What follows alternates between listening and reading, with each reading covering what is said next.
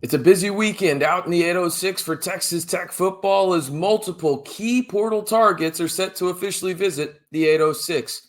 In today's video, we'll discuss some of them, including one of the best defensive tackles in this portal cycle, as well as one of the top-ranked DBs on official visits in the 806, and, well, not to mention a 6'4 wide receiver that's also ranked within the top 15 at his position.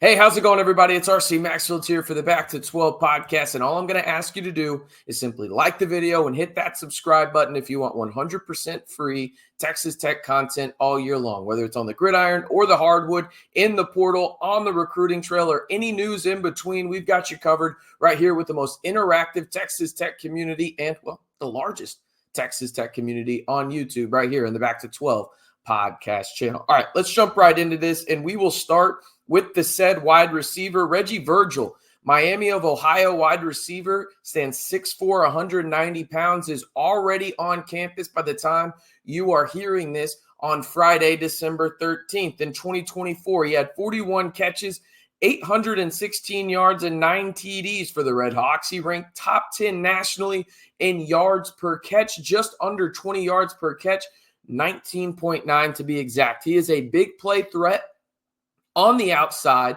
but if you watch some of his film, they actually moved him around a little bit, which was surprising to me because when I hear 6'4", I'm thinking, okay, strictly outside. No, there were multiple games where he played a significant portion of his snaps in the slot. So that shows me that he has a pretty developed route tree for a guy that is 6'4", because you think, again, 6'4", okay, they know a go route. They have those 50-50 balls. They can have a comeback route. And really in the route tree, they maybe have 3, maybe 4 developed routes. If he's playing in the slot, they're asking him to do quite a bit, right? And so that's one thing that really stood out to me. He is a true deep threat, though. At 6'4", 190, is he running 4.3? No, it's probably closer to 4.5. But he is a guy that when you throw up those 50-50 balls down the field, it turns into a 75-25 situation, okay? So he's a guy that I think has big play potential and is obviously a high priority in the portal for the Red Raiders. As I mentioned, he is currently on campus on Friday, December 13th, hopefully the time you're hearing this. But there are multiple big other schools going after him, including Michigan, Auburn, Miami, and others. He would be a high-quality addition for the Red Raider wide receiver room, and one that I think would allow you to mix and match some pieces in a wide receiver room that, outside of Caleb Douglas and Coy Aiken, who are set to return in 2025, has zero to little production. Okay, so this would be a guy that would be an instant impact guy, and we'll actually talk about another wide receiver here in a second that is scheduled to visit in the coming days. All right, let's shift to the defensive side of the football. This was a guy that I actually talked about in the live last night in a little bit of detail, but we'll talk more about him. And if you, again, want to stay in the know and be part of the most interactive community, we do lives on here. I answer all y'all's questions. All you got to do is subscribe. It's really that simple. But Skylar Gill-Howard, there is maybe not a Texas Tech target in the portal right now that excites me more, okay? His measurables aren't going to wow you, but I encourage you once again, like I said in the live last night, go look at the film. He is 6'1", 285. He is ranked as PFF's number 11 player at his position in the FBS this season. So the number 11 defensive tackle in all of college football. And the tape backs it up, okay? He graded out as an 83.4 grade. He had 51 total tackles, 5 sacks, and 8 tackles for losses. He was named to the All-MAC third team. He was an absolute anchor for the Huskies defensive line there at Northern Illinois. And the game that I encourage you to go watch was against the best competition they played all year and a team that is actually in the college football playoff. And the Northern Illinois Huskies were the only team that beat them this season in the Notre Dame Fighting Irish. Go look at what SGH did in that game. He was an absolute menace on that defensive line. Now, he wasn't the only one balling out for the Huskies that day, but he was a guy, in my estimation, watching the tape, he's a must-have player, I think, for Texas Tech. I think he would do an absolute sensational job in a Shield Wood 3-4 base defense right there in the middle of that defensive line. He's a true difference maker, in my opinion, and a guy that maybe even has all Big 12, probably honorable mention potential. If things go right, maybe that's the second team, but I feel comfortable saying at least honorable mention type status. He's a guy that could come in right away, be the anchor of the middle of that Texas Tech defensive line, and something that, well, the Red Raiders struggled with last year after not being able to really replace Tony Bradford and then Jalen Hutchings. They had a couple of injuries there, right? But this guy right here is the closest thing you could possibly get to a Jalen Hutchings or a Tony Bradford in the portal that Texas Tech has targeted or been linked to so far.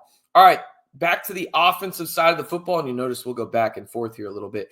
Nizai Hunter, Cal wide receiver, 6'2", 210, a redshirt sophomore going into next year. He's a former four-star wide receiver in the class of 2023. Posted 40 catches, 578 yards, and 5 TDs as a redshirt freshman in 2024. He plays fast and confident. Okay, this is a guy at the wide receiver spot. If you ask me, hey, who would you rather have, right? I'd rather say both. But who would you rather have between Virgil, the aforementioned Reggie Virgil, or Hunter? It's Hunter, in my opinion. I think this guy is an absolute stud. Okay. He's slippery after the catch. He has a solid build with a really good catch radius, and he has long arms, and he catches the ball with his hands. He goes out. He doesn't alligator arm stuff. He attacks the football. That's something you don't see from a lot of wide receivers, specifically younger wide receivers in the portal. Again, solid build, good overall size. He's not going to, take the top off of a defense consistently. He'll do it here and there, but he's more in that 4.55 speed range. But he is scheduled to visit within the next coming week out to the 806, and it looks like his recruitment is going to come down to 3 schools. The Red Raiders are in the mix there. All of the schools actually have red in them, which is interesting. Maybe he thinks he looks good in red. Anyway, the other 2 schools outside of Texas Tech are Nebraska and Oklahoma in the mix to potentially land him as of right now if you go by his schedule in terms of official visits. So those are the schools in the mix there. He would be a true difference maker guy and a guy that you could line up all over the field. I would love to see him in the slot, potentially take over that Josh Kelly role. Again, 6'2", 210, not a burner by any stretch of the imagination, solid, reliable hands, and has a very developed route tree for a guy that will just be going into his redshirt sophomore season. All right. Last guy we're going to talk about in today's video is a guy that's actually on campus as well today, Friday, December 13th, 2024. It is an SEC corner in Bryce Bullock, okay?